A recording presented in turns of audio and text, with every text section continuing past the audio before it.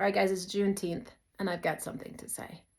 My plan was to have this all professionally and, perfectly mapped out and look all, poifed up and whatever. But then I realized if this video is going to happen, it's going to happen this way today. And sometimes those things are more about armoring myself up, right? So I want to make sure that I'm coming with the appropriate level of respect and honor for this conversation today, for this holiday and what it represents. So this holiday was instituted as something that should have done a long time ago. Let's just say that first.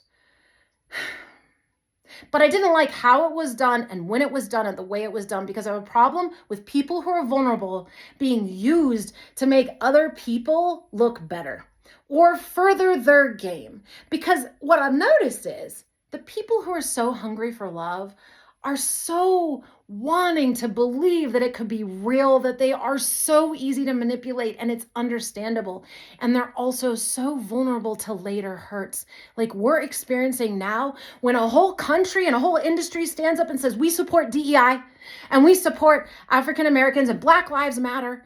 And you know what? We're really going to start to take a new kind of stand on this. And then a president gets elected and the whole thing rolls back. This holiday means something today more than it has so far ever, because it was a fad. And nothing hurts more than people who are finally being stood for, that are finally getting a foothold, that feel that change is happening, and then realize they were used by the same machine that created their oppression, and they can be tossed aside as fast.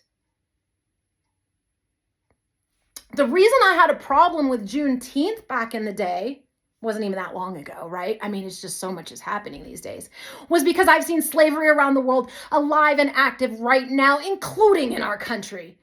It's hard for me to celebrate the end of slavery when I have seen so much of it. When we are trafficking people, it's in our fruit fields. It's at the border that we squabble about, where they snag up all those brown people. Because the people who are really being enslaved, you guys, don't have a voice on TV at the time that they're being enslaved. The fact that those who suffered in slavery have a voice and can start to talk about it is everything and extremely important, but it's a starting place. We barely started and we're rolling it back. And I guess I want to say this year, this is the most important year to lean into Juneteenth, by far, since it's being rolled back. Now is the time that we stand for the worthiness and the choice that was made that day, and the vision for our country and world that is still in the process of emerging. And just because we've had some setbacks, or what appears to be a setback, does not mean that we don't continue forward in the spirit of fairness, love, truth, and generating a sense of freedom for all, which is really what? In order to generate a sense of freedom for all, it takes what? It's okay for you to be who you are. An unconditional environment of, hey, you're different, but this is America. This is what we do. Different is what we do. And that doesn't mean that there aren't principles and values.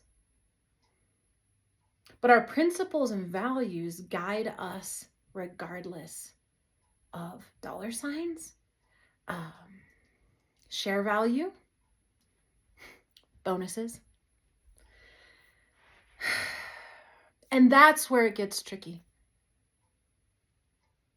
Because the real adversary for freedom is how profitable it is. It's still in everything you have on, because you don't want to pay more for a non-slave to make it still. And that can be an uncomfortable conversation, especially if you consider yourself someone who's not supportive of slavery. You don't know by your purchases that that's what you're supporting. And you don't know by your intense coupon cutting price consciousry that you think makes you so smart. It's actually literally oppressing your fellow man all around the world. And I get it, you're ignorant to it. But I don't know, as we study and celebrate the things of Juneteenth, is ignorance an excuse? And I'm a person who says everybody has a struggle, and nobody's struggle is any more than anyone else's. But gosh, if we could combine all this passion we have for other people to not have it the way we had it, right? That's really where this comes from, is like, people were crappy to me, and all the little girls I see everywhere and the little boys, I don't want them to have that experience. I don't. I want them to have a nicer world. Is that such a bad thing? You do too. So I guess I'm just going to say, like, come join me in the sense that kindness is strength, right? Courage is speaking up and standing for those who literally have no one that looks like you standing with them. Because when we're different, when we break that mold and we still stand for it, it shows we're moving in principle, not in packs. Bubbles don't serve anyone.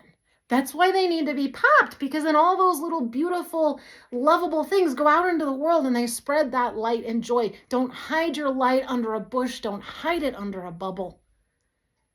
And now is a time to say, I'm not gonna position myself on a political issue, but I am gonna say that when we're talking about something like slavery as serious as taking a stand, that it's no longer going to be okay in our country. What a week to be looking at that, because there's so many details that make these things complex. But why Juneteenth is so magical is because you can see that in hindsight, none of it was okay, no matter how much it made sense at the time. Can't we take that wisdom forward and go, wow, that was wrong and it happened on our watches, and like, that's really wrong and it's happening on my watch. And I know it sucks to talk about the thing that happened that was wrong on somebody's watch a while ago. It really does. I wish I was there. But the reality is I'm letting things happen on my watch that I need to get my eyes on, because these are living humans that are suffering. And we take our pain and we make it purposeful. That would be my call for you today. And with that, I've said enough. I love you. May this be a point of power. May this be a moment of connection. May you forgive me anything I've said in here that was offensive. It was not intended to be that way. I can be a dingleberry and use wrong phrasing, but the passion is there and the love for you. I don't care who you look like. I don't care what you worship. I don't care what you do for a living. Just like the people who wrote the Declaration of Independence, I believe you have the rights to life, liberty, and the pursuit of happiness.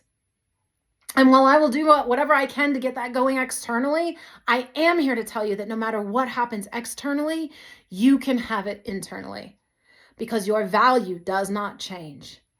And you are no more or no less than any other human. And anytime anybody says that about anyone, it's a lie. We are all equal, or our God is not good. And so, what a place to be. And you don't have to believe in God, by the way. I don't care. I'm not like a super God person either, but I am a super love person. And I do believe the truth that God is love. So I guess I'm one of those love worshipers. And on that note, I'm going to go like hug a tree or something nice. And I'm sorry to be so passionate and expressive, but I just needed to say this today. So if you happen to listen to this, great. I love you. Let's move to expand the energy of this day and the people who did suffer so much to get us here, and want to see that not happen for those who are here today.